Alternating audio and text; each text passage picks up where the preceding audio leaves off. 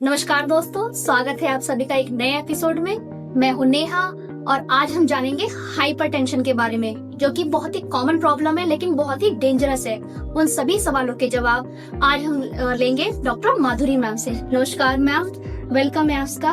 आप कैसे हो? एकदम बढ़िया, थैंक मैम, ये जो प्रॉब्लम है हाइपरटेंशन, मैं देख रही हूँ बहुत ज्यादा बढ़ती जा रही है और केसेस भी आपने देखे होंगे, आपके पास पेशेंट आते होंगे। तो सबसे पहले मैं आपसे ये जानना चाहती हूँ कि हाइपरटेंशन एग्जैक्टली होता क्या है? देखिए, जब भी हमारा बीपी 2 एपिसोड से ज्यादा यानी 2 बार से ज्यादा अलग अलग टाइम के गैप में मेजर करने के बाद अगर वो 140/90 से ज्यादा आता है तो उसे हम हाइपरटेंसिव पेशेंट लेबल कर लेते हैं, उसे हम हाइपरटेंशन कहते हैं। जी मैम, अगर मैं ये कहूँ कि मुझे बीपी है तो मैं कैसे जानूंगी कि मुझे ब्लड प्रेशर है? वही है कि मैंने अभी बताया कि 2 बार से ज्यादा अगर आप देखें कि आपका बीपी मोर देन 140/90 आता है जी, तो एक आप हाइपरटेंसिव पेशेंट कहलाएंगे। बहुत सारे पेशेंट्स हैं वो कंफ्यूज रहते हैं बीपी चेक करने के बारे में कि किस टाइम चेक करें, किस तरह चेक करें और क्या चीज है बेहतर रहती है बीपी चेक करने के लिए। बीपी जो है वो हमें सबसे बेस्ट टाइम बीपी मेजर करने का होता है सुबह मॉर्निंग में, जब आप फ्रेश उठे हो, आपके ब्रेकफास्ट करने से पहले आपने कोई ज्यादा एक्सरसाइज नहीं की हो, आप उठे हो आराम से काम माइंड में, जब आप बैठे हो उस वक्त आपको बीपी मेजर करना सबसे अच्छा। मैम, मैंने सुना है कि इसको साइलेंट किलर भी कहते हैं, तो इसका पीछे क्या रीजन है कि इसको साइलेंट किलर भी कहा जाता है? देखिए, एक्चुअली बीपी के जो ना कोई बेसिक सिम्टम्स नहीं होते। जब बहुत एक्सट्रीम केसेस हो जाता है, जब बीपी हमारा 200 से पार चला जाता है, तब जाके हमें उसके सिम्टम्स मिलते हैं। तब तक पेशेंट का हाई बीपी रहने के बाद भी कोई सिम्टम्स नहीं दिखाते और इस दौरान इतने सारे टाइम के बीच में हमारे हार्ट पे, हमारे लंग्स पे, हमारी किडनीज पे, हमारे ब्रेन तक सारी जगहों पे जो है बीपी की वजह से काफी सारे नुकसान हो चुके होते हैं जी। और वो बहुत इरिवर्सिबल नुकसान होते हैं।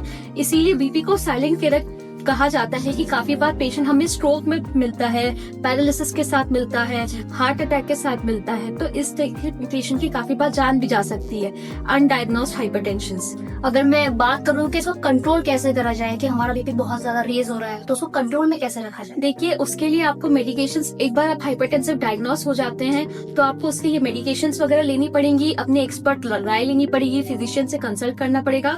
बट हाँ, मैं आपको उसके लिए कुछ डाइटरी चेंजेस बता सकती हूँ जो हमें अपने बीपी हाइपरटेंसिव हो जाने से पहले हमें कुछ अपने लाइफस्टाइल में चेंजेस लाने पड़ेंगे, जिसके लिए हम अपने हाइपरटेंशन को रोक सकते हैं। जी जी। जैसे कि हमें सॉल्ट जो है वो अपने डेली रूटीन में बहुत कम लेना चाहिए, डाइट में कम लेना होता है और साथ में हमें अल्कोहल अवॉइड करना चाहिए, हाई फाइबर डाइट लेना चाहिए, अपने कोलेस्ट्रॉल का भी रेगुलर चेकअप करवाते रहना चाहिए कि हाई कोलेस्ट्रॉल तो नहीं रह रहा, सैलेड वगैरह अपने डाइट में इंक्लूड करना चाहिए, ज्यादा ऑयली चीजें नहीं खानी चाहिए। जी, और जो हमारे हाइपरटेंशन पेशेंट्स हैं जो इस एपिसोड को देख रहे हैं, उनको आप क्या मैसेज देना चाहेंगे? मैं बस उनको यही मैसेज देना चाहूंगी कि आप देखिए, किसी भी एज ग्रुप में हो, बट साल में एटलीस्ट आप 1 to 2 टाइम्स अपना बीपी अलग अलग टाइम पे मेजर जरूर करवाइए, क्योंकि हमें नहीं पता कि हमको सिम्टम्स आ रहे हैं कि नहीं। अगर हम अपना बीपी को रेगुलर मेजर करवाते रहेंगे तो हमें समझ में आएगा कि हम हाइपरटेंसिव हैं या नहीं है। उससे हम साइलेंट किलर वाली जो बीमारी जिससे मैं बता रही हूँ, उससे हम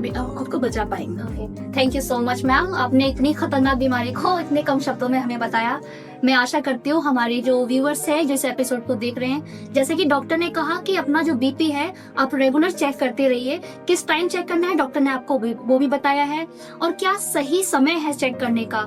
अगर आप ये सब करते हैं तो आप इस बीमारी से खुद को बचा सकते हैं और जो आपके फैमिली मेंबर्स हैं, आपके फ्रेंड्स हैं, उनको भी आप बचा सकते हैं। आशा करती हूँ आपके आज के इस एपिसोड से आपको बहुत ही हेल्प मिली होगी। मिलते हैं एक नए एपिसोड में एक नए एक्सपर्ट के साथ, एक नए टॉपिक के साथ। तब तक के लिए अपना ध्यान रखें और डॉक्टर से राय लेते रहें। Thank you.